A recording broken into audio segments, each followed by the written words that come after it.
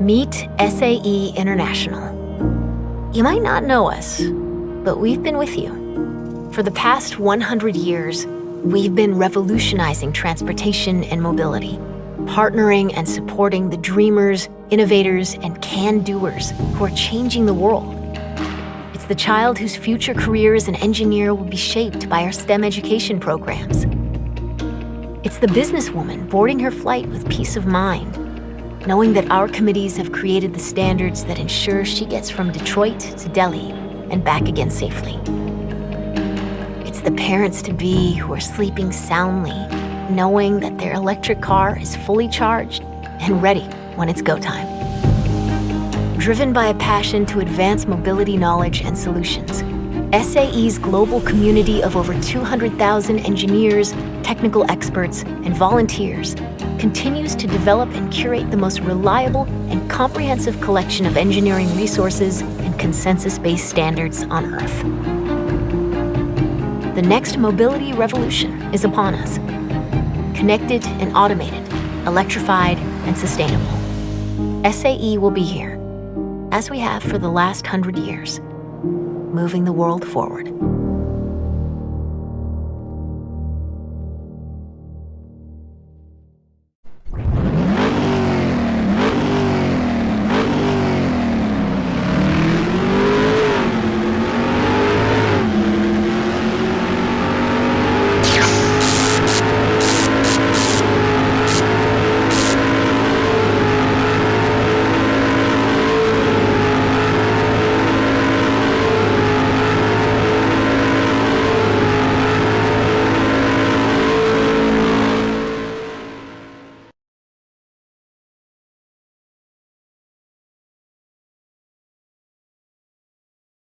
Hey everybody, Mark Z here. Welcome to Supercharged. Today we got a great show here, Inside the Ropes, taking it inside the ropes with Lindsay Brooke. Lindsay is the editor of SAE Automotive Engineering magazine. He's going to take us inside and tell us all the secret passageways when we read those magazines, what really went on during that production there. So Lindsay, welcome to the show.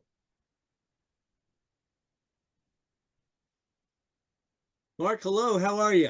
Yeah, that's great. Well, it looks like hey, you've been busy guy with all the publications that you've been kicking out. And, one of the things that I know during COVID times, people were behind their cameras and, hungry for those publications. And I still am, really great stuff that you've been doing there. Is there some difference that you notice now that we're kind of getting back to normal times and in your publication and editorial process, or it's kind of been, the good, stable, just all the way around? What do you think there? Well, the funny thing, Mark, is it never really changed for any of us. And I think, on the engineering side, you and your company knows as well, is we all kind of like just stayed attached to learning information, reporting information, and then conveying the information. And it never really let up for me through COVID. I mean, we stayed on the publishing track. We publish a couple dozen online publications. We publish 3 main magazines, Automotive Engineering, Truck and Off-Highway Vehicle Engineering, and ADAS and Autonomous Vehicle Engineering. And those schedules didn't waver at all. And we found very quickly that we were still able to contact engineers in the industry. The presentations that companies did, suppliers and OEMs on new product, they just reverted to Teams and Zoom. And, so it was the personal side was gone, but the information channel was still hot as ever. Mm-hmm. Well, I'm glad you brought up the personal side. So we'll get to our slide here now, and you got a couple things to share with us. In fact, the first thing you're going to share is not even hit the press yet, the newsstands, right? This is March issue, so you guys are getting a little preview here. Take us through this production that you've been doing and how this all comes together, please. Well, like I said, this is the print magazine, but this is also, as SAE readers know, this is also available in a digital form, the exact same magazine, but digitally on the SAE website every month. This is March, so it's not up there yet. It goes to the printer this week, and then it will be posted online. And this is the March issue of Automotive Engineering. As readers know, the magazine has become almost kind of electric vehicle engineering because we're following the path of development in the industry. We cover kind of every level of technology from the component side to the system side, and then vehicle and vehicle integration side. And the electrification of the industry is really about probably 80% of the magazine anymore.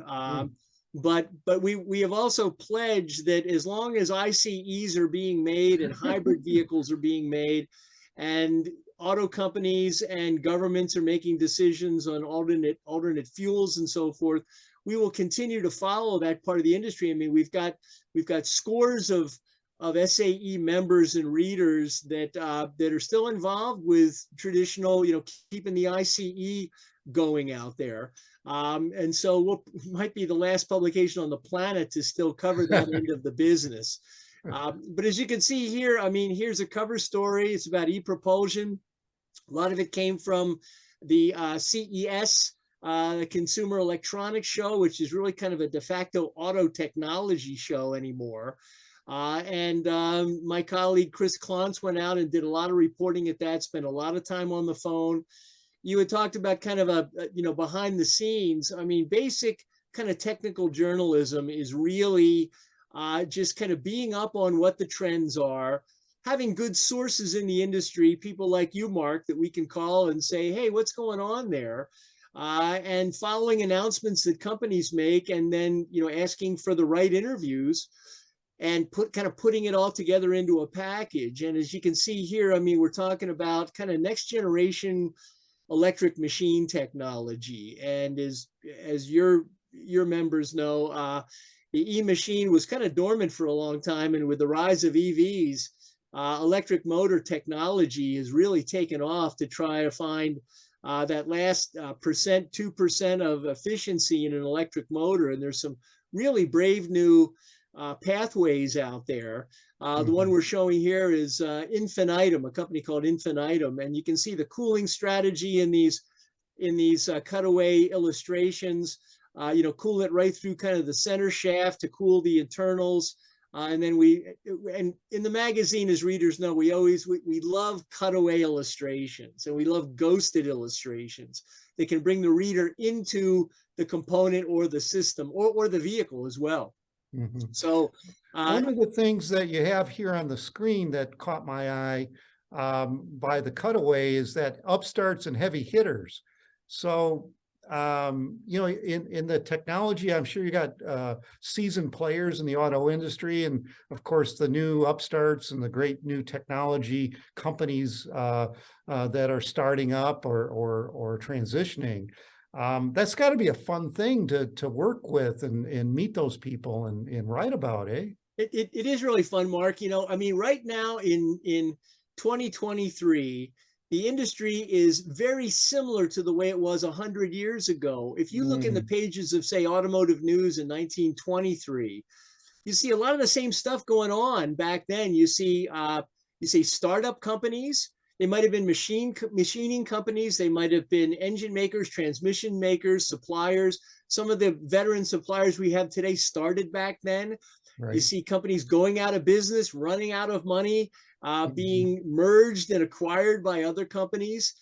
So it's very similar today. And of course, multiple energy pathways too. Back then it was electrification versus the combustion engine versus still steam, believe it or not. And today we've got many different ways of propelling the vehicle and providing energy for the So including hydrogen, right? Yeah, like hydrogen too. Yeah. And I spent there you go. So here's last month's issue, and I spent almost a week out in New Mexico at Los Alamos National Labs, and with some startup hydrogen related companies out there. If you know, there's this movement to establish hydrogen hubs because hydrogen doesn't have a fueling infrastructure. So you establish these hubs around where multiple modes of transportation come together. And the Los Angeles, Long Beach basin is a great example where ships come in. They can't emit when they're sitting there, these giant diesel engines. You know, so if you could power them with hydrogen, you can power all the trucks that come into that terminal and all the little trucks that move trailers around and the yard donkeys and so forth with hydrogen. Then you build out from there. And there's a movement that DOE is involved in and others are involved in creating these hydrogen hubs. I've been writing about hydrogen for about 25 years, and it's always kind of like another 10 years away. But I think now when you look at the money that is coming from not only our government, but others, and the realization, Mark, that battery electric power it has its limitations. And it particularly has limitations in the heavier the vehicle and the greater its duty cycle, the more an EV with a mega battery just is not the right solution. Yeah, so absolutely. And the you know, cable's that big to charge it and all that stuff. oh, incredible. I mean, the battery that's in the new Tesla Semi, an electric semi tractor, is going to be about 10,000 pounds of lithium and related materials. And that's huge. And the main thing with commercial vehicles is the charging time. You know, time is money when you're running a tractor trailer and you're running fleets. And you know, hydrogen will fuel the vehicle in about the same time you can fill it with diesel fuel, and not so with EV. So it's horses for courses, you know, and that's what engineers do, is figure out the best, most efficient pathways, you know, for where we want to go. So that's why I'm still excited when I get my magazine or the download link, as you say, the online view, and take a new technology and learn things, and you get an opportunity to see what's old is new and so forth. And great learning experience just from, you know, watching you all bring that information together for the rest of our SAE community. Well, it's a lot of fun. As you know, publications are fun because you're bringing all these elements in. You're bringing reporting in that gets edited and kind of, sharpened up. You create headlines, then you have to move all the images in and make it really kind of an attractive package. And I've been doing it for just about 40 years now, and I still really love it. And, this job as a journalist covering this industry that I love the technology and I love the players, the dynamics of the industry. It's like being paid to go to college. And I've always said that about this job. It's a lot of fun. Now, I don't want to leave this slide by until right there on the cover page. Also, BMW's new powered, what is that, iX5? Yeah, iX5. And BMW is one of the OEMs, like General Motors has been pursuing hydrogen fuel cells for decades. Toyota, Mercedes, Daimler is in it. Hyundai is in it. Honda is in it. I mean, really seriously, development. And BMW as well. And, Germany already has kind of a hydrogen infrastructure because it's got a big chemical industry as a byproduct. Yeah. So the iX5, the X5 is their kind of, CD class utility vehicle. They make them in South Carolina. The iX5 is the hydrogen version of that. And they're making fuel cells, and that lead photo shows a BMW hydrogen fuel cell kind of right in front of us there. And it's really about the size of a small four-cylinder engine. And, decades ago, these things were monstrous. The first GM fuel cell filled up the entire back of a van. And so through engineering and consolidation and learnings and so forth, now we're down to something that's a very efficient package. And so this BMW is, again, we're probably not going to see hydrogen fuel cells in mass in private vehicles. Like I said, they're more of a commercial vehicle play. But Honda's doing it, Hyundai's doing it. We're likely going to see Ford with F-250 and F-350, their heavy duty pickups, not have a battery electric drive, but have a hydrogen drive. And Jim Farley at Ford has said that is, for over 10,000 pounds, we're really looking at something that works better than a BEV. So BMW is looking at the same thing, and there's so much development in this area. But I didn't drive that car. Okay. One of my colleagues went to Germany and went through the facility and talked to engineers and so forth. But BMW is looking at how they can do this in smaller vehicles. So we're going to move from here in the fueling technology, propulsion technology, into the self-driving technology. So that's another magazine that you're editor of, and that's called the ADAS and Automotive Engineering Vehicle. Autonomous vehicle, right. Yeah. And so this spread that you're looking at doesn't have the title page. There was mostly one little photo and some type. So I kind of put the cover on here from the last issue. This is a quarterly publication. It started out as just autonomous vehicle engineering, and we were kind of out ahead of ourselves on this because I think Mark, the industry has kind of settled into this SAE level 2 and what some suppliers call SAE level 2 plus, which is an enhanced level 2. Might have a LiDAR, might not have a LiDAR. But the leap from level 2 to level 3 and then level 4 is a pretty big technological leap. And there's still a lot of development being done there. And so we kind of changed the title a month ago, and we kind of brought up the point that ADAS really is kind of the sweet spot of development and engineering in this field right now. And speaking of sweet spot, you'll see in that cover, Volvo's sensor suite. That was a little bit of a play on words. It's a suite sensor. It's not a typo. So no, I was wondering about that. It's like, because I just was reading this a few minutes ago before we started on camera. It's like, oh, I don't want to point that out to them, but but I haven't received anything from the readership, so either they missed it or they realized it was kind of a play on words, but it should be SUITE, but right on. But it really goes to show, and you look at that cover illustration too, that's the Luminar LiDAR. It's blown up to show it, but I mean, that's the LiDAR set that's in that blister on the top of the Volvo EX90's windscreen, so to speak, roof line. And so this is really kind of a leap from the other technologies, and we've got to be kind of up on all of this. But this is a really interesting corner of the business, as many SAE Detroit Section members know very well. Well, as we're running low on time, I wish we could get into every page here and move together and learn together. I want to ask you a couple more questions before we go. I mean, you're in the future business, right? Where's our next where's the next big deal? I mean, you mentioned electrification, hydrogen, self-driving. What's next, or that's it? It's everything is on the critical path right now. I mean, components and subsystems are being developed as vehicles are being developed. Fueling systems and energy solutions are being developed as new vehicles are being developed, and nothing really is on kind of on a stable path right now.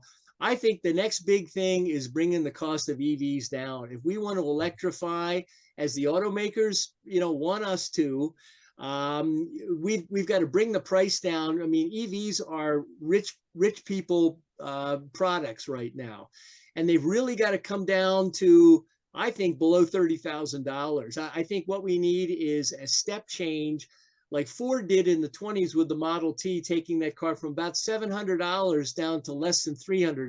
There you go. And we need that kind of momentum to bring the mass of people, not the early EV adopters, not the Tesla fanboys, so to speak, but the brunt of us into an electric vehicle. And I don't think just public charging, spreading the number of public charging stations is enough to do it. I think the price of the vehicle really has to come down. And that's all through engineering, whether the battery's the big cost, battery's going to be a big part of that, but the rest of the vehicle as well. So it's exciting to watch this.